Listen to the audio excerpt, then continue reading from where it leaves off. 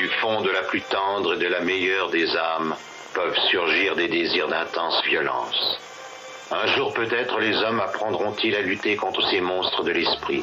Alors, et alors seulement, quand le cerveau humain sera vraiment capable de se contrôler, nous pourrons songer à utiliser les puissances cachées de l'univers. N'éteignez pas votre radio. Ne cherchez pas à baisser le volume. Il est déjà trop tard. 7e dimension envahit les ondes et débarque en mode podcast.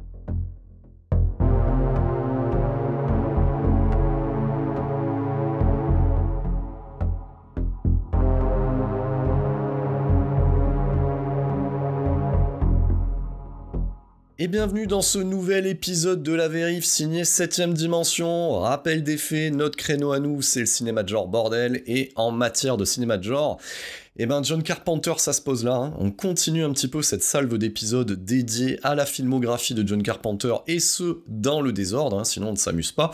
Et là, on va s'attaquer à la masterpiece. Voilà, on le dit d'entrée de jeu, au chef-d'œuvre, à sa pierre angulaire de sa filmographie, qui est son remake de The Thing.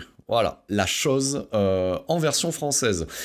Alors, comme on en a l'habitude ici même, petit rappel des faits en ce qui concerne le maître Carpenter, Big John. Nous sommes en 1982. On est sur, on va dire, le plateau de sa carrière, donc jusqu'à présent, c'est une ascension. C'est un réalisateur qui n'a eu de cesse, avec de très faibles budgets, de gravir les échelons, et il a fait trembler le box-office, déjà par une fois, avec un script qui, sur le papier, ne payait pas de mine, voilà, qui est l'histoire d'un tueur de babysitter, voilà, et qui deviendra Halloween, et qui marquera durablement les esprits, que ça soit aux États-Unis, que ça soit de par le monde. En témoigne cette saga increvable, à l'image de son boogeyman Michael Myers, alias The Shape.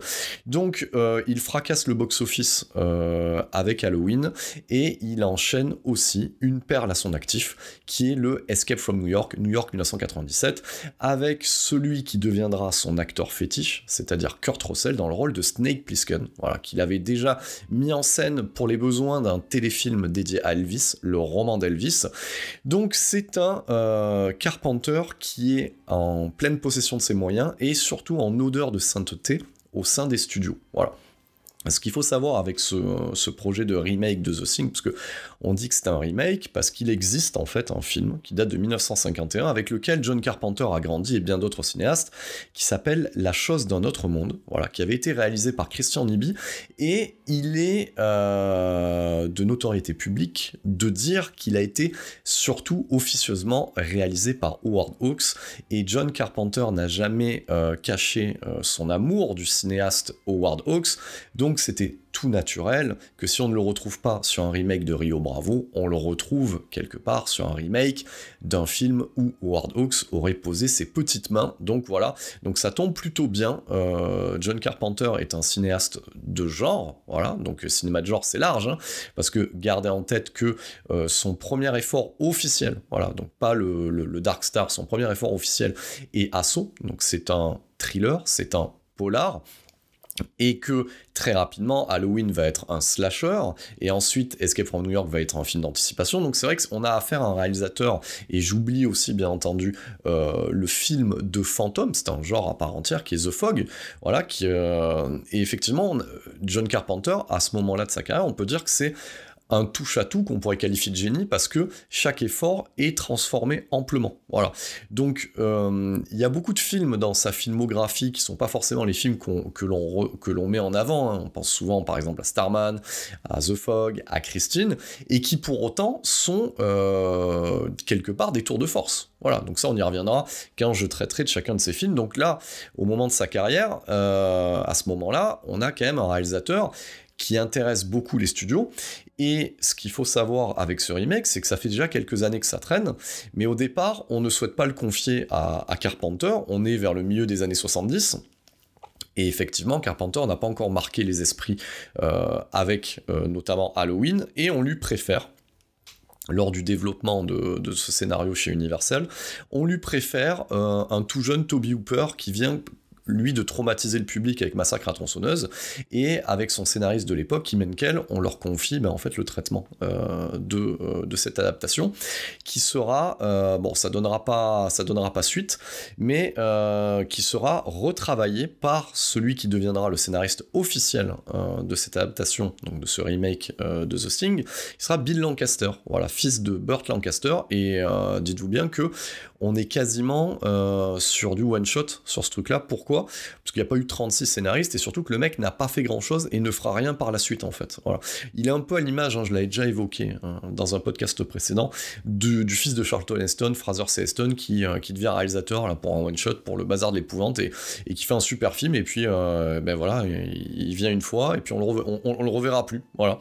Donc scénario de Bill Lancaster, et les studios au départ avaient refusé la candidature de Carpenter, mais suite au succès d'Halloween, refont appel à lui, et chose intéressante à ce moment-là, c'est que là où Carpenter avait toqué à la porte en entendant parler de ce scénario, enfin de cette idée de produire un remake de The Thing, et on lui avait refusé poliment, et là les studios attendront que le réalisateur puisse boucler son Escape from New York. Donc, comme dans toutes les grandes histoires de réalisation, parce que si on prend le cas de Peter Jackson pour le Seigneur des Anneaux, c'est une histoire de réalisation, pour le Avatar James Cameron, et ainsi de suite, il va enchaîner en fait très rapidement entre à peine le temps de finir Escape from New York qu'il bascule sur The Thing, et c'est aussi ce tournage, cette production, cette pré-prod, production, tournage, fabrication de The Thing, un luxe qu'il ne retrouvera plus par la suite dans sa carrière, c'est-à-dire que les studios l'attendent, et on va dire entre le moment où il met les pieds dans la production et le moment où il livre le film, il y a plus d'1 an qui s'écoule. Donc en gros, tous les curseurs sont montés au maximum, tout est aligné, que ça soit des techniciens qui lui sont confiés, le temps alloué pour la réécriture, pour que Carpenter puisse se réapproprier le matériau de Bill Lancaster, tout est aligné pour que Carpenter ait les moyens de ses ambitions. Voilà, que ça soit tant en termes de budget que des équipes techniques. De toute façon, je vais y revenir sur tous ces petits points. Donc on est dans une phase de sa carrière qui est peut-être l'une des plus intéressantes, c'est-à-dire qu'on a un réalisateur en totale confiance, qui a tout approuvé, et là on lui donne les moyens de ses ambitions sur un matériau qui l'intéresse fortement. Donc on peut dire, à partir de ce point de vue-là, sans prendre l'histoire de ce qui arrivera par la suite de The Thing, que les conditions sont réunies pour que Carpenter livre, si ce n'est son meilleur film, mais du moins un très bon film, et ça deviendra, bien entendu, comme je l'ai dit en préambule, la pierre angulaire de sa carrière. Vous sentez que je suis en train de redire... Alors, comme d'habitude dans chaque épisode de podcast, l'idée c'est de trouver un rythme dans la chronique, et je pense qu'on y arrive. Vous voyez, je commence à mettre de la respiration à l'intérieur. Donc, alors, reprenons le point de départ. Donc, la chose dans notre monde de Christian Nyby, c'est pas une œuvre originale pur jus. C'est-à-dire que c'est adapté d'une nouvelle. Cette nouvelle, c'est Hugo Zer, qui a été écrite par John W. Campbell. Et John W. Campbell, il a fait les grandes heures en fait des serials, notamment de science-fiction que consommaient des petits bambins comme John Carpenter ou autres réalisateurs. On lui doit notamment l'édition d'une revue, voilà, régulière, c'est pour ça qu'on parle de serial, qui est notamment Astounding Science Fiction. Voilà. Donc c'est un peu l'équivalent d'un Tales from the Crypt. Voilà, quand j'avais traité un petit peu, on va dire, du matériau de base à l'origine de la série. Donc voilà, donc c'est quelque chose qui est beaucoup d'amateurs notamment de réalisateurs qui passeront dans le genre, dans la science-fiction, etc., ont ce genre d'auteur comme référence. Alors, on pourra noter que le Bill Lancaster, là, le scénariste, notamment quand il intervient dans le fabuleux documentaire présent sur cette édition Blu-ray de The Thing, n'hésite pas à dire que, bon, même si ça a marqué les esprits, cette nouvelle-là, c'est pas de la grande littérature. Bon, j'ai envie de te dire, Bill, alors... J'aime bien ce genre de phrasé, c'est-à-dire que le mec a quand même fait juste un scénar dans sa vie. Bon, après le scénar, c'est le scénar de The Thing, mais bon, peut-être qu'il a aussi l'honnêteté et la franchise de... Mais voilà, en tout cas, quand on le voit dans le documentaire, ça a quand même pas l'air d'un joyeux lion, le Bill Lancaster. Voilà, donc ça c'était une petite parenthèse à ce niveau-là. Donc effectivement, il y a ce matériau de base, et le sujet est simple, hein. On a une équipe de scientifiques, voilà le pitch à l'origine, une équipe de scientifiques en Antarctique qui tombe sur les vestiges de ce qui s'avérera être une créature venue d'ailleurs, voilà, qui est enfermée dans la glace. Voilà, ça c'est le point de départ. Particularité de cette créature, c'est que c'est une créature protéiforme, donc qui est capable de prendre toutes les formes possibles. Dans la nouvelle, c'était ça en fait. Dans la nouvelle, elle prenait toutes les formes qu'elle pouvait rencontrer, alors que dans l'adaptation cinématographique de l'époque, bon, moyens techniques oblige, on est plus parti sur un monstre en costume, mais qui à aucun moment ne sera équivalent à ce que va pouvoir faire John Carpenter par le biais de la révolution technologique que Rob Bottin va lui amener. Mais et c'est vraiment ce point de mire que va garder John Carpenter, c'est-à-dire qu'avec Bill Lancaster, ils vont essayer de revenir, voilà, sur le point de départ de la nouvelle, qui est une chose protéiforme, et travailler sur le côté paranoïaque de la chose. Voilà le point de départ. Donc on est sur un scénario extrêmement classique, et classique ne veut pas dire faible, hein, c'est-à-dire très efficace dans la structure, un huis clos qui joue sur la paranoïa, avec un monstre tapis dans l'ombre et qui est capable en fait d'imiter toute forme de vie. Donc voilà le travail qui va être fait par Bill Lancaster et John Carpenter au niveau du scénario. Voilà. Alors, j'en ai pris l'habitude dans les podcasts précédents. Moi, comment j'ai découvert The Thing? Alors, ce qu'il faut savoir me concernant, c'est que pour moi, The Thing, j'y suis venu un peu plus tard. Et j'avais cette image de John Carpenter, en tout cas dans mes jeunes années. Pour moi, John Carpenter, c'était assimilé à Jack Burton et Escape from New York. Donc j'avais cette image de artisan de série B, maligne et efficace. Voilà. Et là, c'est vrai qu'avec The Thing, on a le côté un peu plus glorieux du réalisateur de studio avec un gros budget. Donc, quand on le replace dans le contexte, en 1982, il est l'équivalent, à ce moment-là, parce qu'il a les coups des franches, il est l'équivalent d'un Steven Spielberg, en termes de budget, d'ambition, etc. Et c'est vrai que j'y suis venu un peu plus tard, et ce The Thing avait ce côté-là pour moi, j'avais l'impression d'avoir un Carpenter au carré, si vous voyez ce que je veux dire, un Carpenter plus, voilà, quand on regardait The Thing. Et ce The Thing, bien entendu, moi je l'ai découvert par le biais, alors c'est tout bête, hein, c'est Peterson qui m'avait passé sa copie VHS, qui l'avait enregistré notamment dans les Jeudis de l'Angoisse sur M6, et pendant longtemps, ce film-là, je l'ai conservé en VHS, et j'ai pu l'apprécier d'autant plus avec la superbe édition DVD, déjà éditée par Universal à l'époque, blindée de bonus. Parce que ce qu'il faut garder en tête, c'est que la galette que je chronique aujourd'hui, hein, ce master Blu-ray de chez Universal, n'est juste que l'upgrade de cette édition collector DVD qui était sortie à l'époque. Hein. Ça reprend exactement les mêmes bonus, tellement que le docu qui est dessus, hein, qui dure 1h30, est en 4 tiers. Voilà. Donc, voilà pour le positionnement. C'est un film qui m'a marqué, dans le sens où on est sur un film horrifique. Voilà. Alors oui, il y a un point de départ avec science-fictionnel, mais on est sur du pur film d'effroi, et c'est l'une des rares fois où un cinéaste comme John Carpenter n'hésitera pas, alors il va travailler le suspense, hein, il va ménager les effets, mais il n'hésitera pas à nous envoyer en pleine face des visions horrifiques, et dans son genre qui est le sien, c'est-à-dire dans le genre du film d'horreur, on est à la lisière même du gore. Voilà. Donc, n'oubliez pas que le sous-genre, qui est le cinéma gore, qui est un sous-genre du genre horrifique, n'explose que les années suivantes. Mais ce The Thing de John Carpenter est un des films précurseurs qui va préfigurer ce que sera la suite des années 80. Donc alors, il aura énormément d'influence à plein de niveaux, mais là, j'en soulève déjà une. Il est annonciateur d'un Sam Raimi, d'un Stuart Gordon, d'un Brian Yuzna, de gens qui vont pousser les potards au maximum sur cette horreur graphique. Bien entendu, c'est possible aussi grâce à la révolution technique de Rob Bottin, c'est-à-dire qu'avant ça ne l'était pas, ou pas autant. Avant, on va dire dans ce côté horrifique, les seuls qui avaient travaillé un petit peu le côté plus graphique de la chose étaient des gens comme Tom Savini, et ça se limitait à du zombie ou à du slasher tel Vendredi 13 ou autre. Donc là, c'est quand même une première.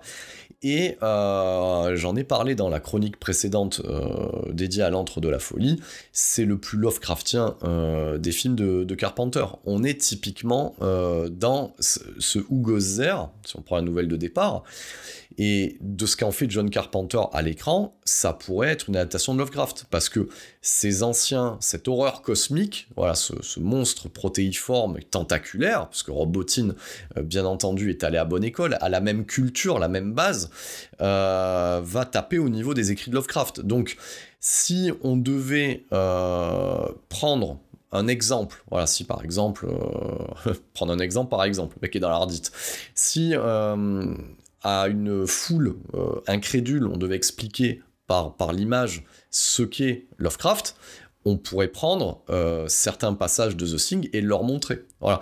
C'est typiquement le travail qui a été fait à l'image. Et c'est pour ça qu'aussi, le film est un chef-d'œuvre à bien des égards, notamment à ce niveau-là. Donc voilà, moi c'est un film qui m'a choqué, marqué, et il y a très peu d'humour à l'intérieur, ça débande pas en fait, c'est l'un des films les plus longs de Carpenter, 1h49, voilà, on est quasiment sur 2 heures.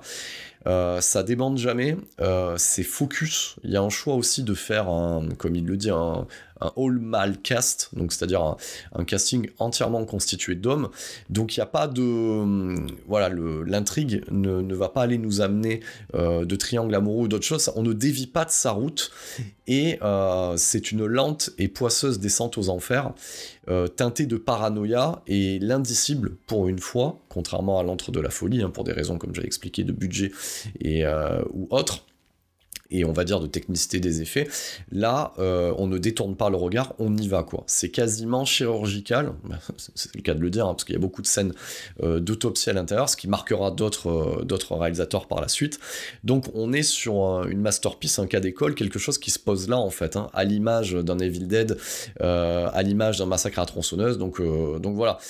On peut se dire qu'à l'époque, quand on regarde la carrière d'un Carpenter, quand on se tape Assaut, Halloween, Escape from New York et ce The Thing, on peut se dire, bon ben laisse tomber, quoi, le mec est top niveau, il vient de nous enchaîner coup sur coup plusieurs films, il a tapé très très très très fort, voilà. Donc, ce film-là, rentrons dans le vif du sujet. Donc on a parlé du scénario, on a parlé du point de départ. Pour l'époque, on confie à Carpenter un budget de 15 millions de dollars. Voilà, 15 millions de dollars, avec l'inflation, on va dire qu'on serait dans la tranche haute des moyens budget d'aujourd'hui. Donc c'est 15 millions de dollars en 35 mm, et va se constituer autour de lui une dream team de post-technique, parce que jusqu'à présent, on a un cinéaste de la débrouille. N'oubliez pas que Carpenter fait beaucoup de choses sur ses films, en plus de la musique. Donc là, il va avoir le luxe, déjà de sous-traiter la musique, parce que voilà, il a le luxe, cette fois-ci, de se concentrer uniquement sur l'image, l'attention, la mise en scène, le jeu d'acteur, voilà, vraiment de prendre le temps de faire les choses correctement. Alors, avant, c'est pas qu'il ne les faisait pas, mais on travaillait beaucoup dans l'urgence, donc il se couvrait très peu. Donc, effectivement, il sous-traite la musique, et ça va revenir dans cette œuvre, hein, parce qu'il y a beaucoup de choses, même avec le temps, qui se révèlent.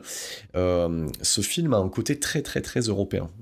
Déjà, dans sa gestion des raccords, dans l'utilisation de ses fondus au noir, de ses fondus au blanc. J'ai même pu noter, dans la fameuse scène, du coup, du blood test, hein, du test sanguin, un jeu entre le fondu au noir et le jump cut, voilà, qui est très très inspiré de la nouvelle vague, et donc pour appuyer ce côté, alors il y a un mélange de classicisme à la Hitchcock, vous verrez qu'il y a aussi des références au niveau des postes techniques, plus ce côté postmoderne qui est très bien dilué dans le film. C'est comment dire, c'est tellement efficace que je pense que je ne l'avais même pas noté à l'époque, ce genre d'effet, de test qui fonctionne très bien. Donc voilà, d'enchaîner un jump cut via quasiment un fondu au noir. Et donc le côté européen de la chose se retrouve aussi au niveau de la musique. C'est une époque aussi où pas mal, alors là lui c'est l'un des premiers, parce que Brian De Palma retiendra la leçon et ira le chercher ensuite pour les besoins des Incorruptibles notamment, mais voilà, Carpenter va aller chercher Ennio Morricone.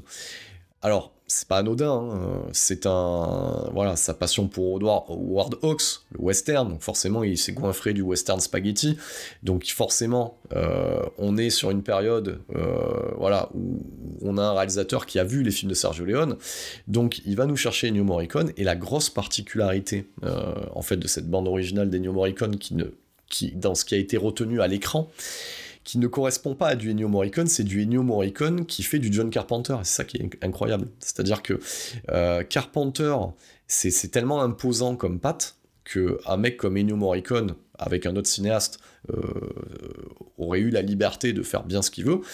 Là, le Ennio Morricone, il fait du Carpenter. Voilà. Et Carpenter l'explique très bien dans ce rapport qu'il a eu avec Ennio Morricone, où il va le chercher parce que lui, il sait clairement ce qu'il veut faire, et la seule personne en qui il a confiance pour lui confier la bande originale complète, c'est à ce moment-là de la carrière, bien entendu, c'est Ennio Morricone, en attendant qu'il fasse exactement ce qu'il aurait fait lui. Donc voilà, il y a un truc qui est très intéressant là-dedans, à noter que on va dire que les morceaux les plus représentatifs du style Morricone ne sont pas retenus à l'écran dans The Thing et seront réutilisés par d'autres cinéastes. On pense notamment à Tarantino, qui pour les besoins des 8 salopards va réutiliser certaines pistes non utilisées par Carpenter à l'époque pour The Thing. Voilà.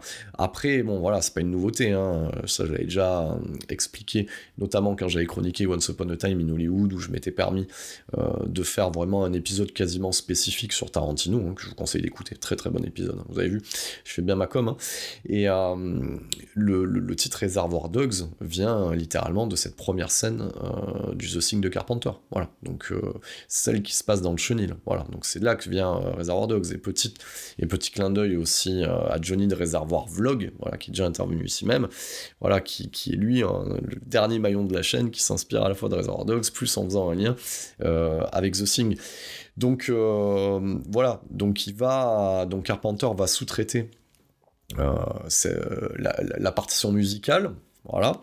À côté de ça, il va avoir, parce que ce film est un régal, et c'est pour ça aussi j'en parlais du côté barbare de la chose, quand je parlais de ce que font les plateformes de VOD, d'essayer de copier un process qu'elles ne comprennent pas. Un film comme The Thing, c'est la convergence d'énormément de choses. C'est peut-être l'un des rares films j'allais dire de Stephen King, c'est l'un des rares films de John Carpenter où on sent vraiment la patte d'autres artisans à l'intérieur du film. Il y a vraiment un côté homogène qui peut être lié aussi à la chose qu'il met en scène littéralement à l'écran. Il y a une homogénéité et vraiment un enrichissement de tous les postes. Et ce qui est pourquoi c'est un régal, c'est qu'on y voit aussi quelque chose qui n'existe plus, hein, parce que maintenant ça se fait, voilà, on va rentrer un petit peu plus dans le détail, ça se fait par le le biais du compositing, hein, sur des softwares comme Adobe After Effects, Nuke ou Flame, hein, pour Autodesk. Donc c'est-à-dire la gestion de calque et de couches en arrière-plan. À l'époque, c'est ce qu'on appelait des matte painting, donc de la peinture sur verre, ou carrément de la peinture à la gouache directement sur la pellicule avant le tirage optique. Et là, beaucoup de scènes j'allais dire beaucoup de scènes mettant en scène, beaucoup de scènes, on va dire, vous avez vu que je suis en train de chercher mes mots, c'est ça qui est incroyable. Donc, ce que John Carpenter va mettre en scène quand, par exemple, on a des plans très très larges, où les personnages vont aux abords du vaisseau spatial et ainsi de suite, ce sont des scènes qui font appel à énormément de techniques poussées à leur paroxysme de l'époque. C'est-à-dire qu'on va avoir une gestion du grand angle très précise, très clinique, selon les directives, en fait, du truqueur optique qui était celui des Hitchcock, qui est Albert Whitlock, et qui va lui après peindre directement sur la pellicule tous les abords du vaisseau. On est vraiment sur du travail d'orfèvrerie, et quand on le voit à l'écran, c'est incroyable. Ça amène... et là, ce que je vous dis, le film date de 82, donc on fait le calcul, on est quasiment plus de 50 ans plus tard. Ça force le respect et ça amène une certaine forme de poésie, le tout allié à cette musique d'Ennio Morricone. Quand on regarde ces plans-là avec ce blanc immaculé, ça force le respect et ça amène aussi un sentiment incroyable pour un film où on va dire un tiers des scènes sont en extérieur, de réussir le tour de force de faire un huis clos en extérieur, si vous voyez ce que je veux dire. Donc effectivement, il y a beaucoup de choses qui sont fascinantes. Donc on a ces matte paintings qui sont de l'orfèvrerie. Le plan de départ qui a fait école, hein, c'est-à-dire que The Thing commence comme Predator commence et comme d'autres films commencent, c'est-à-dire avec un plan dans l'espace. Alors vous allez me dire, mais Star Wars avait fait ça. Oui, mais un plan dans l'espace, avec cette soucoupe qui passe, et cette soucoupe-là, quand elle passe, il faut savoir que c'est une maquette avec des jeux de lumière, et qu'il y a eu plusieurs passes qui ont été faites à la prise de vue, qu'après on va compositer, c'est déjà l'ancêtre du compositing, où on va associer les couches après au montage. C'est, quand je parlais de barbarisation, ce sont des process que la rapidité de production aujourd'hui ne permet plus. Et effectivement, si ce film-là est un chef-d'œuvre, si ce film-là est un cas d'école, c'est qu'à l'époque, on leur a donné les moyens et surtout le temps. Voilà, et ça c'est important, voilà, pour ce genre d'effet réalisé à la prise de vue, parce que ça soit les maquettes ou que ça soit la peinture sur verre, il y a ce contact organique avec le matériau en lui-même, et c'est fabriqué à la prise de vue. Et c'est pas pour rien parce que le film est un tour de force à bien des niveaux, que le travail de Rob Bottin est incroyable. Si on devait prendre un équivalent sportif, ce que fait Rob Bottin dans The Thing, c'est ce que fait Michael Jordan sur un terrain de basket à l'époque, dans les années 90. Voilà, c'est à peu près le niveau. Donc là, j'ai fait un petit point sur les effets visuels, hein. Je suis un peu parti dans tous les sens, c'est ça qui est bien avec ce podcast-là. Déjà, en termes de casting, alors qui c'est qu'on va retrouver au casting? Alors ce qu'il faut savoir, c'est qu'on a une dizaine de personnages à l'écran, donc c'est un huis clos entièrement masculin, et chacun doit interpréter, en fait, un scientifique qui vit reclus en fait sur cette base-là, et c'est aussi quelque chose qui fera école par la suite, hein. Donc c'est-à-dire que ce postulat du huis clos dans une base de recherche en Antarctique avec quelque chose qui est découvert sera la base de pas mal d'épisodes de X-Files et sera la base de plein de films horrifiques tournés dans les années 90 ou même dans les années 80. Alors pourriez me dire, au final, c'est un peu ce que raconte Alien, c'est pas faux, hein. Donc on est un petit peu sur ce type de film-là. Ce que va travailler Carpenter, quelle est la nouveauté?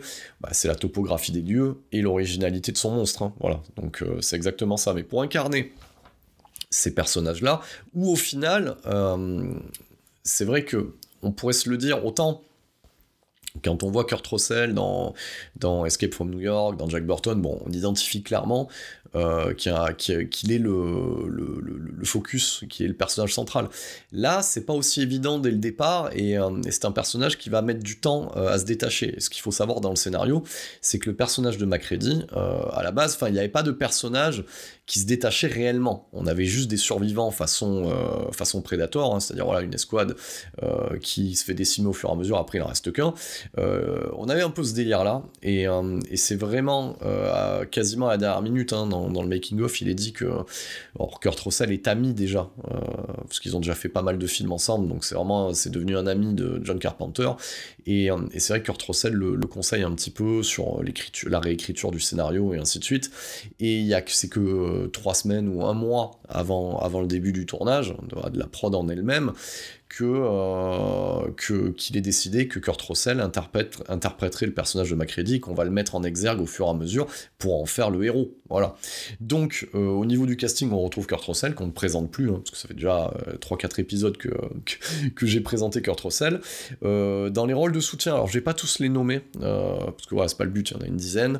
Je vais plutôt faire ressortir ceux qu'on a vu un petit peu à droite à gauche et qu'on reverra par la suite. Alors déjà, on a l'acteur Keith David qui sera un acteur afro-américain emblématique du genre dans les années 80, 90 et ainsi de suite, qu'on a déjà vu dans le Platoon d'Oliver Stone, qu'on reverra, et ça j'en parlerai parce que son rôle est génial dans Invasion Los Angeles. Donc c'est celui qui, aux côtés de l'ancien catcheur, voilà, qui va constituer le buddy movie de Zelig, Invasion Los Angeles. On le verra dans Roadhouse.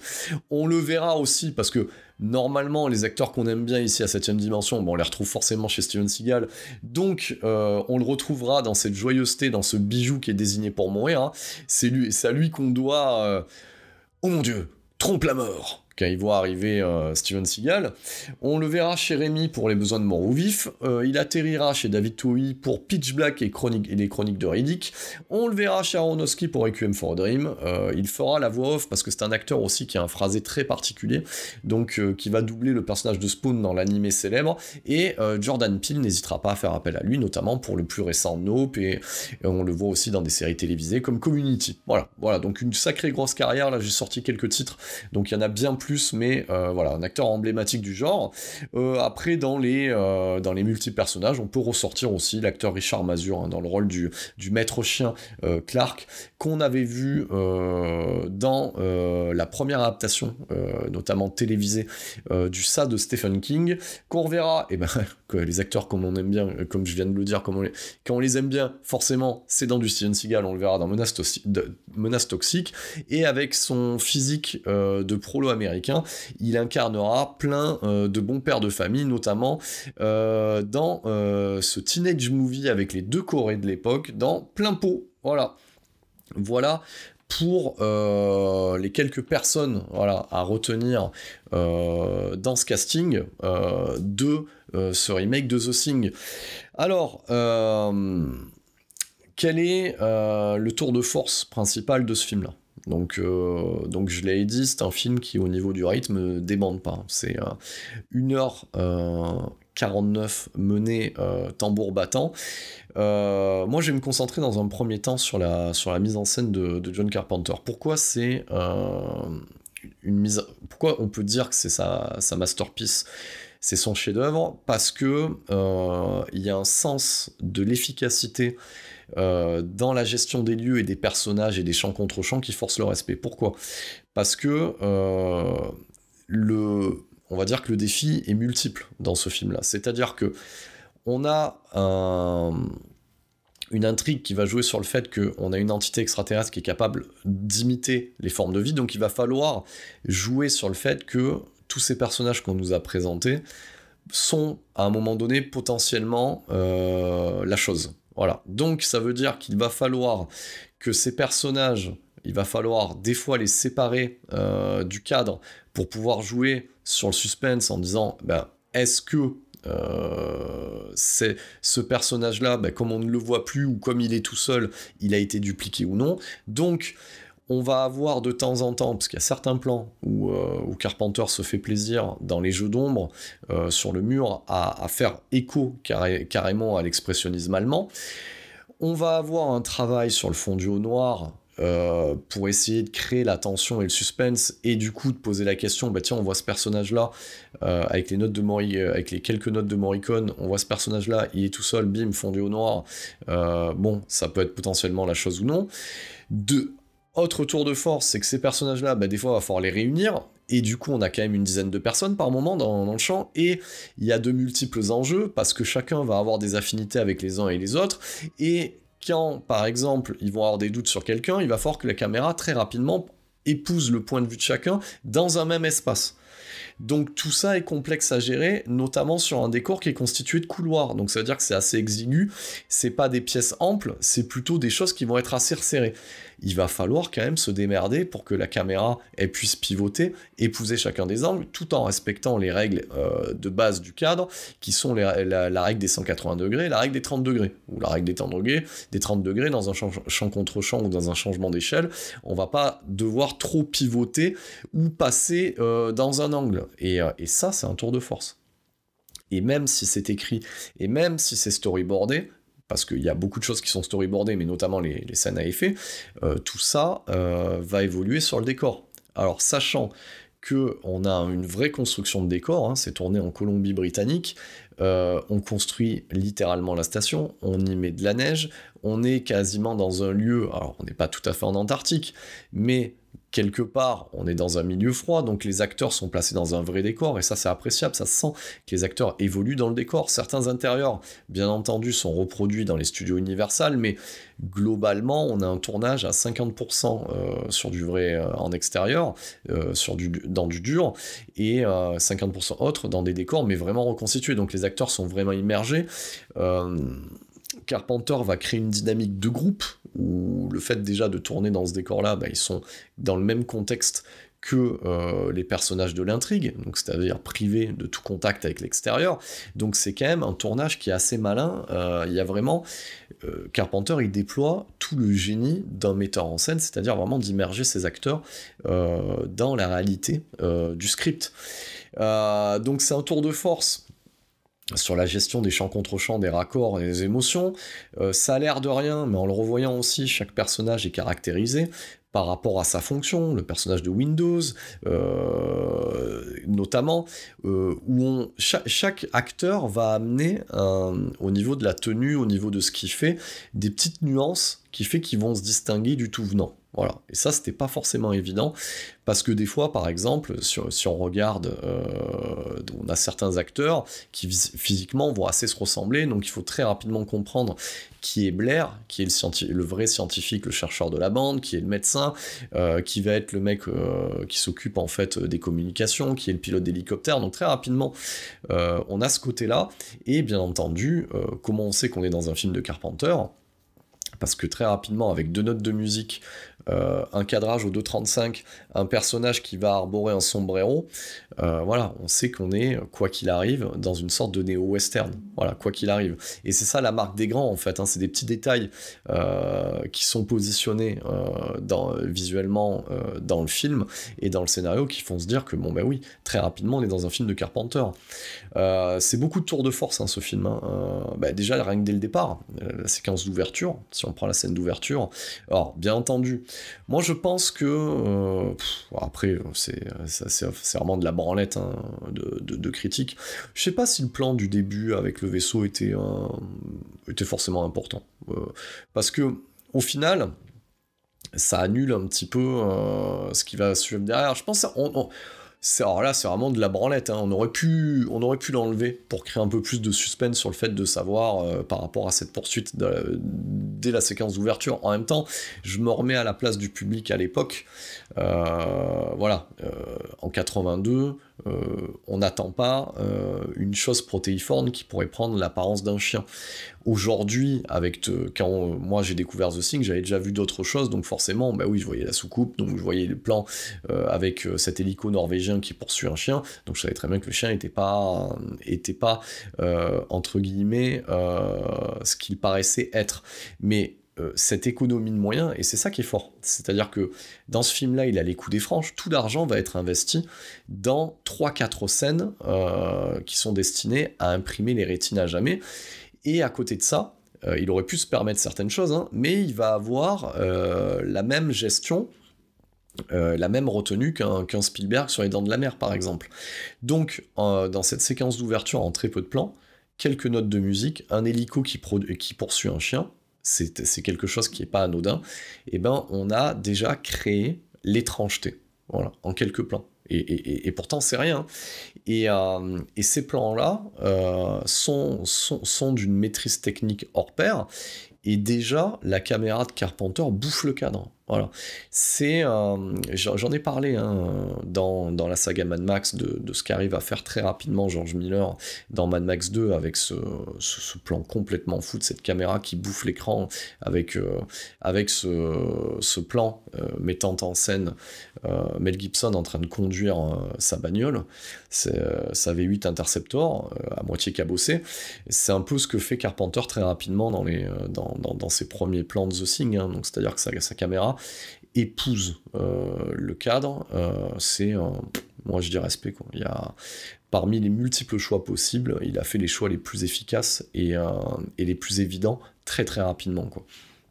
Donc, bon, on va parler vraiment là on parlait mise en scène pure de Carpenter, parce qu'il faut rendre à Carpenter ce qui appartient à Carpenter, hein, parce que c'est vrai que quand moi j'étais ado, on jugeait The Thing sur ses effets visuels, sur ce choc-là, mais c'est aussi, comment dire, évacuer ce qui appartient à Carpenter. Le film est ce qu'il est, non pas que pour ses effets visuels. Voilà, il y a beaucoup de films de genre, beaucoup de films d'horreur, où on ne retient que les effets visuels, mais il ne traverse pas aussi bien le temps. Si le film traverse aussi bien le temps, c'est sur les multiples couches de ce que raconte l'intrigue, et surtout de la gestion de l'espace, et de la mise en scène, et de savoir ménager ses effets. Donc c'est une tension qui monte crescendo, et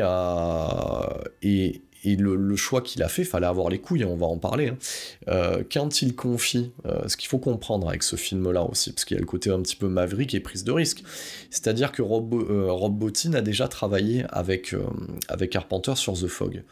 C'est quand même un mec, quand il travaille avec lui sur The Fog, il a 20 piges. Hein. Là, quand on lui confie le budget, parce que quasiment tout le budget va passer dans les effets visuels, quand on lui confie la conception de l'indicible, parce que c'est ça, hein, de l'indicible, pour les besoins de The Thing, le mec a 22 ans. Je sais pas si vous vous imaginez. Le mec a 22 ans et se retrouve en charge de mettre en scène les délires les plus fous qui lui passent par la tête, et il sait même pas s'il est en mesure de le faire. C'est ça le tour de force aussi de The Thing, parce que dès le départ, on y parle d'une chose protéiforme dans le scénario, mais en fait on sait pas à quoi ça va ressembler. C'est vraiment Rob Bottin qui, en discutant en pré-prod avec John Carpenter, va amener cette idée que la chose va évoluer au fur et à mesure du film, et qu'on n'a pas une idée précise de ce à quoi elle ressemble. Et il lui fait quelques croquis, Carpenter regarde le truc, il est séduit direct, hein, parce que c'est ça aussi, la collaboration, le côté artistique de la chose, c'est des coups de foudre entre artistes, c'est des histoires d'amour, et quelque part, Carpenter, quand il fait appel à Bottin, parce qu'on va remettre un petit peu l'église au milieu du village, qui est Rob Bottin? Rob Bottin, c'est on pourrait presque dire que c'est un enfant de la balle. Le mec, c'est un ado qui, à l'époque, on va remonter quelques années en arrière, envoie ses dessins, le mec carbure à la SF et tout ça. Alors, si on était dans une époque comme la nôtre aujourd'hui, on le qualifierait d'hypersensible et de HPI. Le mec est un surdoué. À 14 ans, il envoie ces quelques dessins à un autre surdoué qui s'appelle Rick Baker, voilà, qui est une sommité, qui est la sommité des effets visuels. Le mec a 14 ans, donc l'ado impressionne Rick Baker le prend sous son aile, lui dit tu viens, tu me rejoins. C'est comme ça que ça se passe à l'époque. Le mec, il quitte ses... Enfin, dites-vous bien, il est au collège, quoi, limite. Ouais, mais il arrête ses études et il file chez Rick Baker, il bosse direct.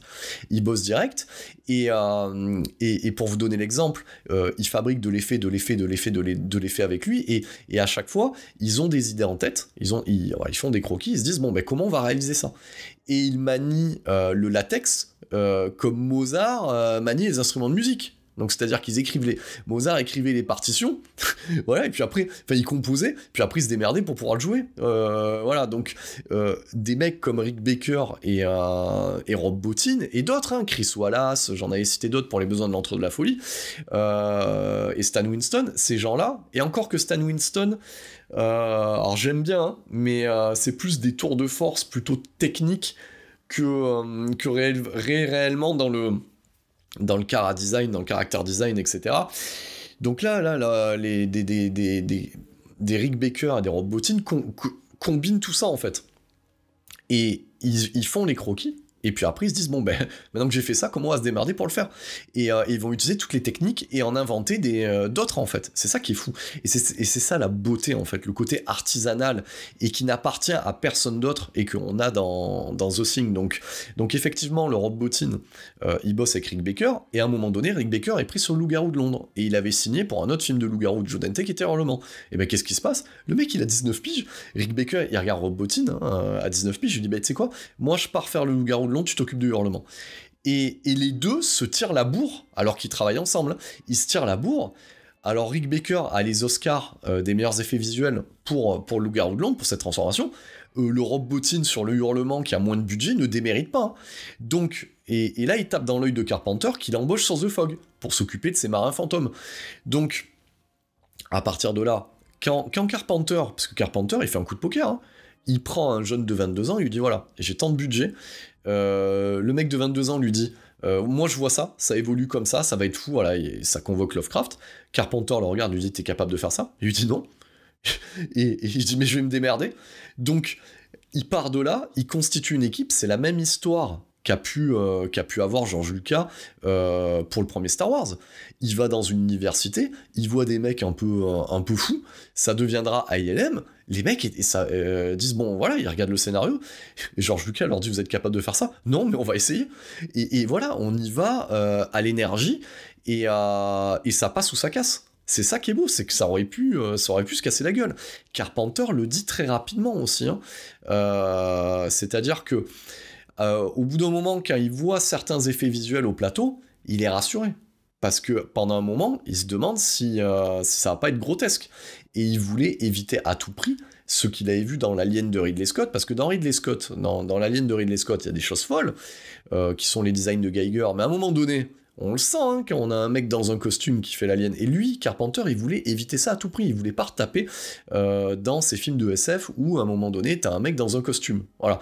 Et que je l'aime ou pas, que vous l'aimiez ou non, le Predator de McTurnan, à un moment donné, on n'échappe pas au mec au costume. Alors heureusement, Stan Winston a fait le reste, bon, qui est l'animatronique sur le visage, mais ça reste un acteur dans un costume. La force de The Thing, c'est qu'à aucun moment, c'est ça la particularité de ce truc. C'est-à-dire que, et c'est ce dont s'inspirera aussi le Blob, hein, de Chuck Russell par la suite, hein, c'est que ça évolue constamment. Donc, pour vous donner le tour de force du film, alors, un mec comme Rob Bottin, le tournage dure 1 an et 5 jours, exactement. Le mec ne sort pas du studio pendant 1 an et 5 jours. Pendant 1 an et 5 jours, le mec dort au studio. Voilà. Et il fabrique de l'effet sur de l'effet sur de l'effet sur de l'effet. Il fait ça toute la journée. Et pour la légende, le mec se nourrit de junk food, hein, c'est-à-dire de bouffe qui sont dans les distributeurs des studios Universal. Voilà. Le mec, il mange des pasta box et des barres chocolatées et il carbure à ça. De toute manière, je vous invite, si vous ne l'avez pas déjà, à récupérer cette édition Blu-ray de chez Universal et de regarder le making-of, parce que c'est l'un des rares making-of où on a de la matière. Voilà. Et celui-là est un must-have en termes de making-of, c'est 1h30 d'anecdotes. Et quand vous voyez parler Rob Bottin, parce que Rob Bottin, après, très rapidement, avec l'émergence des effets digitaux, c'est quelqu'un qui va quitter peu à peu le milieu hollywoodien. Donc voilà, le mec est à l'image un petit peu d'une Margot Robbie dans le Babylone de Chazelle. C'est-à-dire que c'est un instant T, il traverse Hollywood pendant quelques années, mais voilà, ça passe. Voilà, comme Margot Robbie dans le film, elle le traverse. Donc, mais effectivement, pour revenir à Bottine, le mec travaille sans relâche et il finit à l'hôpital. C'est Carpenter qui, à la fin du tournage, dit bon, va falloir envoyer ce mec à l'hosto, hein, ça va pas. Et le mec finit à l'hôpital pour surmenage. Et quand on le voit dans le... Voilà, c'est là où je raccroche les wagons. Quand vous le voyez parler de ses effets, le mec, on le voit, hein, c'est un doudingue. Il pourrait être l'équivalent de ce Gremlins qui a les yeux qui riboulent dans le Gremlins 2 de Joe Dante. C'est un fou, ça. Mais quand je dis c'est un doudingue, c'est-à-dire que quand vous l'écoutez parler, vous voyez son travail, vous savez que le mec, il est pas au même niveau que nous, en fait. Il est ailleurs. Hein. Ce qu'il a fait, c'est le point d'orgue de sa carrière. Il fera d'autres trucs super cool, hein, mais voilà. Là, ce qu'il a fait marque à jamais l'histoire du cinéma. Même Rick Baker, qui a fait des choses incroyables, il a fait beaucoup de choses, il a été plus constant, mais il n'a pas eu cette pointe de génie et de folie qu'a eu Rob Bottin sur le The Thing de John Carpenter. Et pour vous donner le niveau d'attente qu'il y a sur ce film-là, c'est-à-dire que pour un plan millimétré, parce que tout est storyboardé, alors c'est storyboardé par Mike Ploog, qui était un auteur de comic book, et l'association entre Rob Bottin, ce qu'il a en tête, ses croquis, plus le storyboarder Mike Ploog, alors je vous invite, hein, il y a un Rokirama qui était sorti sur John Carpenter, et les storyboards se trouvent aussi sur internet, c'est de l'art, hein, quand vous voyez ces trucs-là, hein. Donc le storyboard rend compte à la fois de ce qui va être tourné, et aussi des supercheries, et de l'endroit où va se mettre l'animateur, etc. Donc, dites-vous bien que pour un plan, c'est peut-être 10 heures de préparation, acteurs compris à l'intérieur. C'est 10 heures de préparation, et quand on l'entend parler, et des fois, c'était pas du one-shot, parce qu'on cherche le one-shot, hein, pour pas reproduire les 10 heures, et ben c'est 10 heures de prépa, et le truc prend feu, et ben allez, on repartit pour 10 heures. Donc c'était que ça à chaque fois, en fait. Donc c'est pour vous donner le niveau d'exigence de ces effets-là à l'époque. Alors vous allez me dire aujourd'hui, oui, pour du CGI, c'est des heures. Non, oui, c'est des heures et des heures. C'est des équipes qui se multiplient, c'est pas la même Kaamelott, c'est pas pareil. Là, on était dans la R&D, c'est la recherche et développement. C'est-à-dire que les gens expérimentent sur le plateau. Petite anecdote qui est présente, alors c'est pour pas paraphraser le documentaire, mais c'est pour donner une image du niveau où on est dans la recherche et développement. C'est-à-dire que dans une des scènes, parce qu'il y en a pas 36, hein, il y a la scène du chenil, il y a la scène de la réanimation, donc on va avoir la scène du test sanguin, et après on a la scène finale, donc c'est 4. On va dire, après il y a des petites scènes à effet, mais c'est 4 grosses scènes à effets spéciaux. Mais pour la scène de la réanimation, où on va avoir un personnage qui se fait amputer des 2 bras, le torse s'ouvre, ça le bouffe, après il y a la tête qui se détache, notamment pour le plan de la tête qui se détache, avec ses filaments au niveau du cou, parce que c'est carrément de l'indicible qui est montré à l'écran, hein, c'est ça le tour de force. Ce qui se passe au niveau du cou, voilà, Rob Bottin l'explique, que il avait utilisé certaines matières, voilà, qui étaient, et il explique que finalement l'association des 2 matières, voilà, il y avait de la gélatine et pas mal de choses, c'est quasiment de l'explosif, c'est quasiment du napalm en fait, mais il s'en est pas rendu compte. Et c'est vrai que Carpenter à ce moment-là explique que c'est censé être en feu à l'arrière-plan, voilà, de la scène, dans les plans larges. Donc pour le raccord de ce plan-là, qui va être un plan serré sur la tête qui se détache, il faudrait peut-être mettre un peu des flammes en amorce, voilà, pour qu'on fasse le lien. Et à aucun moment, Rob Bottin percute que son effet spécial utilise une combinaison de choses qui, associées à ce départ de feu, pourrait tout faire péter en fait. Et effectivement, il explique bien dans le documentaire que voilà, il y a un des responsables des effets visuels, mais plutôt pyrotechniques, qui arrive, qui met ça au premier plan, etc. Il commence à allumer sa petite rampe qui va dégager du gaz et qui va l'enflammer, et qu'au moment où il allume son briquet, quasiment, il y a tout qui pète en fait. Il y a tout qui pète, parce que toute la matière organique qu'avait reproduit en fait Rob Bottin était un mélange de gaz et un mélange de matière enflammable, et en fait ces 10 heures de préparation explosent littéralement à l'écran, il y a tout qui brûle derrière, et tout le monde vient éteindre la scène, et tout le monde est... Et il t'explique ça avec le sourire, le sourire de sale gosse qui fait des bêtises, hein, qui joue avec des fils électriques, etc. C'est pour vous donner le niveau des gens qu'il y avait sur le plateau. C'était des fous. Voilà, donc En gros, il t'explique, c'est un petit peu ce qui est arrivé aussi à Francis Ford Coppola sur le tournage d'Apocalypse Now, c'est-à-dire que les gens sont en pleine possession de leurs moyens, et à un moment donné, peu à peu, ils deviennent un peu fous, voilà, à tourner ces trucs-là. Donc c'est une réunion de fous, voilà, qui permet l'improbable et l'incroyable, voilà. Et c'est pour ça que refaire un film comme The Thing est impossible. Voilà, il faut faire autre chose par d'autres moyens, mais en tout cas, ce film-là est un tour de force pour ce qu'il montre à l'écran, donc c'est du Lovecraft, adapté visuellement par un artiste fou, filmé par un metteur en scène en pleine possession de ses moyens, et ça débande pas une seule seconde, ça joue sur la paranoïa à tous les niveaux, on est enfoncé dans son canapé, on assiste à ce truc-là, même encore aujourd'hui quand je le regarde, je me dis mais qu'est-ce que c'est que ce truc ? Je dis c'est un chef-d'œuvre instantané, on le regarde, hein. C'est à l'équivalent d'un zombie de George Romero, voilà, il y a des choses comme ça qui se passent, c'est ce que je disais dans la dernière chronique, hein, pas pour me paraphraser, mais dans la dernière chronique sur la quadrilogie Mad Max, notamment sur Fury Road ou Mad Max 2, est-ce que les gens ont conscience de ce qu'ils font à ce moment-là ? Alors je sais qu'ils cherchent un certain level, donc, mais je crois pas, ils se rendent pas compte de l'impact de ce que ça va avoir par la suite.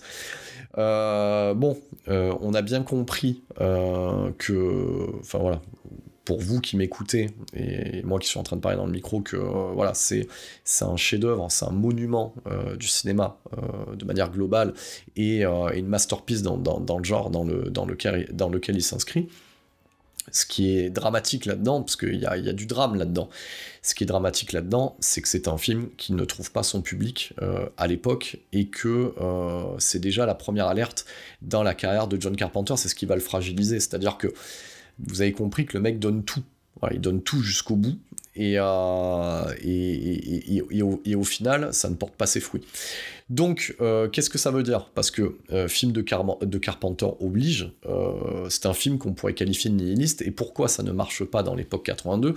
Remettons en place le film dans cette époque. En 1982, débarque Mad Max 2, débarque Blade Runner, notamment, c'est une année folle, hein. Et la problématique, parce qu'il faut expliquer un petit peu le changement sociétaire, donc on a une époque où s'opèrent des changements gouvernementaux au niveau des États-Unis, et c'est surtout que débarque un film comme E.T. Et E.T. était le film que voulaient voir les spectateurs à l'époque. Donc en fait, on a deux films d'aliens qui débarquent. Il y en a un qui est quasiment un conte de fées, et l'autre qui est le film de ton daron, quoi, qui est un truc un peu rude, un peu âpre. Il n'y a pas d'espoir, donc c'est l'espoir contre l'absence d'espoir, et très rapidement, en fait, le public va fustiger ce film-là et le prendre en grippe, alors que c'est un film qui est fait avec amour, avec passion, mais le public se prend la Spielberg mania dans la gueule, et c'est le rejet. Voilà la problématique, hein. Voilà cette problématique-là que se prend le film, et jusqu'aux critiques, hein. C'est-à-dire que les critiques le défoncent, et en fait ce film est utilisé pour traduire tout ce qui va pas, genre, ou tout ce qui va plus dans le cinéma, et Carpenter est quasiment montré du doigt. Je sais pas si vous imaginez, c'est un petit peu comme, je sais pas moi, un couple qui aura un enfant, et qui présente un faire-part de naissance, et que tout le monde se fout de la gueule de la tête de l'enfant, en fait. C'est très très très très très rude à prendre, sachant que faut remettre les choses dans son contexte, hein. Carpenter avait enchaîné Escape from New York et ce film-là coup sur coup, c'est 1 an tournage, c'est comme si Peter Jackson se prenait une veste quand la communauté de l'anneau sort. C'est très très très dur à digérer, et n'oubliez jamais qu'un artiste, quand il donne de lui-même, parce que quand je vous dis l'analogie entre le fait que un film est quasiment l'enfant de son réalisateur, c'est ça en fait, hein. C'est comme s'il s'exposait tout nu face aux gens, et c'est la première déconvenue critique qu'il se prend, et c'est une pilule qui est dure à avaler en fait, hein, pour Carpenter. C'est pour moi un drame. C'est un drame parce que si ce film avait marché, on ne peut que imaginer ce qu'aurait pu donner la carrière de John Carpenter. Voilà. Sauf que ça ne marche pas, et ben écoute, ça appartient à l'histoire. Voilà, comme je l'ai dit précédemment hein, sur ces trucs de la trilogie, de la terreur, machin, tout ça, non, c'est pas un truc qui est prévu. Ça se casse la gueule. Voilà, si The Thing avait été accepté, je crois pas qu'on ait Prince des Ténèbres et l'Antre de la Folie tels qu'ils existent aujourd'hui. Voilà, on aurait un réalisateur qui serait parti sur autre chose, peut-être qu'il aurait fait ce fameux western qu'il a toujours voulu faire, un vrai western avec des vraies têtes d'affiche, peut-être. Hein. Peut-être qu'on aurait eu l'équivalent d'Impitoyable avant son heure, hein. On sait pas. On ne sait pas, on ne peut qu'imaginer, en tout cas, c'est catastrophique. Donc le film, voilà, c'est là où vous entendez un peu d'ASMR, hein. Je prends mes petites notes, donc c'est 15 millions de dollars de budget, c'est 3 millions. 3 millions de manière mondiale, hein. Le truc rapporte 3 millions, donc ça perd des thunes. Et puis on lui reproche tout, quoi. C'est-à-dire c'est trop nihiliste. D'ailleurs, le final, on pourrait se poser la question, ça c'est une question que je vous pose, et j'ai l'impression au final que cette fin ouverte où deux personnages survivent, on ne sait pas qui est la chose, et le fait que les deux trinquent ensemble, j'ai presque l'impression que John Carpenter fait son rencontre du troisième type en un seul plan à lui. C'est sa réponse à rencontre du troisième type en un seul plan. C'est-à-dire un personnage carpenterien qui est incarné par Kurt Russell, qui trinque quasiment avec l'indicible. Voilà, c'est sa vision un peu de rencontre du troisième type. Voilà, je vous soumets l'hypothèse. En tout cas, moi, ça me plaît de penser qu'il l'a fait comme ça. Bon, ben ça se plante. Ça se plante sévère. Et Carpenter sera obligé de faire amende honorable, parce que c'est un peu comme ça qu'il faut voir les deux films suivants, avec Christine et surtout Starman, qui sera son gentil film de E.T. pour dire voilà, bonjour, il le dit lui-même, hein, regardez, moi aussi je sais faire un truc à l'émotion, parce que c'est un peu ça Carpenter. C'est un peu ça qui me fait aimer aussi Carpenter, c'est que c'est très humain en fait, c'est un réalisateur qui est très très très humain, parce que ça parle que de ça, hein, son cinéma parle d'émotion en sous-couche, hein, parce que vous avez vu, hein, j'ai évacué dans ma chronique de The Thing toutes les analogies sur le sida par rapport aux tests sanguins et tout ça, l'Union soviétique, la guerre froide, tout ça, voilà, ça a déjà été dit, et de bien meilleure manière que par moi-même, hein, par d'autres critiques, de journalistes, etc. Donc voilà, moi j'ai essayé d'amener, comme d'habitude, autre chose dans ces chroniques sur John Carpenter, et j'espère que une fois tout mis bout à bout, parce qu'on arrive à peu près à chaque fois sur 1 heure, ben, que si vous ayez envie de découvrir ce podcast, que vous le découvriez par l'ornière de mes chroniques de John Carpenter, et vous dites, putain, en fait, le gars, il a fait 20 ou 30 heures sur John Carpenter. Donc voilà, ce film est un bide. Carpenter est obligé de courber les chines pour essayer de revenir. Voilà, moi j'ai raconté la suite dans Jack Burton, hein, la suite de sa carrière. Quel est l'héritage de The Thing ? L'héritage, il est multiple. Donc il redéfinit ce qu'est le huis clos horrifique. Et quelque part, Reservoir Dogs, Les 8 salopards de Tarantino, c'est The Thing sans la chose, si vous voyez ce que je veux dire. Pas mal de séries B, de type Virus, tiens. Voilà, ok. Avec Jamie Lee Curtis notamment, paie son tribut à The Thing, donc on a eu des sous The Thing dans tous les sens. Donc ça a redéfini un peu le game en termes de cinéma horrifique. C'est aussi l'explosion des effets prosthétiques, voilà, donc c'est l'explosion d'un art qui, on va pas se le mentir, manque aujourd'hui, hein, voilà. Moi j'aimerais que des réalisateurs d'aujourd'hui, hein, tiens, des Del Toro, des Nolan reviennent aux prosthétiques un petit peu et mélangent par petites touches, voilà, par petites couches, en mettant du numérique par-dessus, parce que ça manque, parce que on sent bien que les acteurs ne savent pas devant quoi ils tournent, en fait, aujourd'hui. Seul Cameron a réussi avec Avatar à faire en sorte que les acteurs voient à peu près ce qui se passe à l'écran et sont inclus dans le process, mais bon, comme j'avais dit dans Avatar 2, pour raconter quoi au final ? Pas grand-chose, voilà, c'est ça qui est dommage, hein. Donc on verra ce que donnera la suite de la carrière de Cameron avec ses Avatars, mais j'ai peur que, hormis le défi technique, il n'y ait plus grand-chose à raconter. Donc bon, bref, on verra. Donc voilà, ça définit ce que sera le cinéma gore et le cinéma à effet, hein, et des gens comme Cronenberg avec La Mouche et ainsi de suite. On peut dérouler, hein, vont s'inspirer du travail de Carpenter. Tout le monde s'en a inspiré. C'est pour ça que c'est une injustice que ce film-là n'ait pas marché à l'époque. Et bon, ça a trouvé son public plus tard, mais ça commence à devenir un running gag avec Carpenter. Il en est même blasé que bon, ben voilà, ces films trouvent son public 10, 15, 20 ans après, en fait. Donc, les mêmes qui lui ont tapé sur les doigts, parce que là, ça c'est un crime de lèse-majesté, les mêmes qui l'ont fustigé à l'époque, et ben s'engouffrent avec les yeux injectés de dollars dans cette vague de remake qui aura lieu au début des années 2000, voilà, lancée par Michael Bay, hein, notamment avec le remake de Massacre à tronçonneuse, de Vendredi 13, et ben ils vont remaker The Thing. Bon, ben voilà, remaker alors. Ils vont remaker, rebooter, c'est une préquelle en fait, mais bon, voilà, il y a des choses à pas toucher, voilà, et je vais pas vous mentir, moi je l'ai pas vu, rien que pour ça, parce que je trouve ça tellement inutile, le film appartient tellement à son époque et à ses effets que faire un remake de The Thing avec des effets digitaux, parce que c'est ça le point de départ, hein, ça n'a aucun sens, hein. Donc ils se sont maquillés, ils ont fait un peu ce qu'ont fait certains, c'est-à-dire raconter l'avant. Est-ce qu'on a besoin de raconter ce qui s'est passé dans le camp de Norvégien, comme monsieur Ridley Scott, est-ce qu'on avait besoin de raconter d'où venait le vaisseau d'Alien, voilà. Donc il raconte ce qui se passe dans le camp des Norvégiens. On confie ça, alors attention, à un mec, un néerlandais, donc, qui a quasiment rien fait, hein, je vais essayer de prononcer son nom. Matthijs van Engningen Jr. Voilà, donc le mec a un truc, Engningen, voilà, il a un nom imprononçable. Donc on confie un moyen budget à ce mec-là, des effets visuels. Bon, ça, de ce que j'en ai vu, ça a l'air honnête, mais ça n'a que très peu d'intérêt.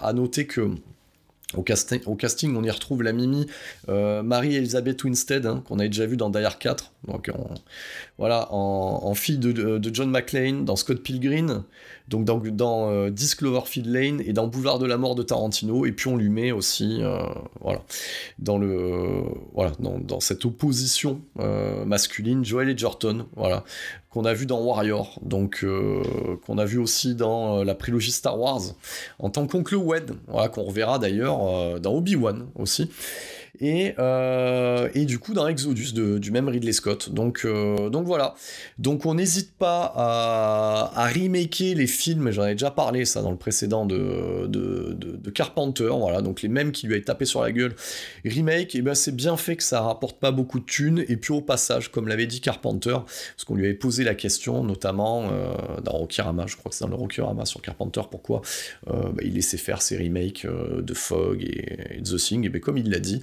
et ben ça lui permet peut-être d'avoir un retour sur investissement avec le temps, parce que voilà, c'est un producteur qui est pas exécutif, si vous voyez ce que je veux dire. Il met son nom, il prend sa valise de billets au passage, hein, ce qu'il a fait sur les nombreuses suites d'Halloween, et ce qui lui permet aussi, on va pas se mentir aujourd'hui, de couler une retraite heureuse et de se concentrer sur la musique. Voilà, ça c'est une fin de carrière aussi qui est intéressante, hein, voilà, donc d'être devenu, d'avoir accepté qu'il ait été cette source d'influence de toute une vague de musique qu'on appelle la retro-wave, hein, de Carpenter Brut, AM83, Kevin Steele, etc., et qu'il accepte enfin de ce postulat. C'est une jolie fin de carrière pour ce réalisateur-là, et comme d'habitude, hein, j'ai été très heureux de traiter de ce film The Thing, et je le serai sûrement de traiter les autres films de Carpenter. Donc, rappel des faits, comme d'habitude, voilà, on a traité The Thing, un monument de la science-fiction, de l'horreur cosmique, une pépite, un film culte, et bien entendu, c'est du cinéma de genre, et comme on en a l'habitude ici, à 7ème dimension, notre créneau à nous, c'est le cinéma de genre, bordel. Merci pour votre écoute.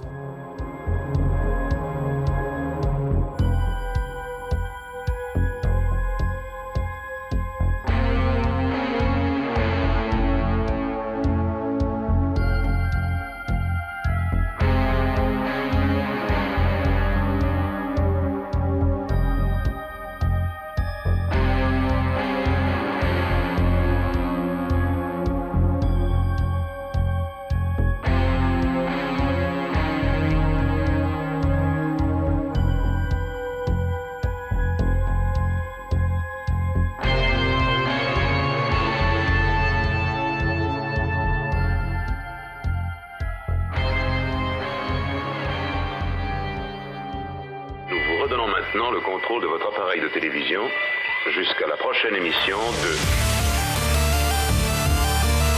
7e dimension en mode podcast.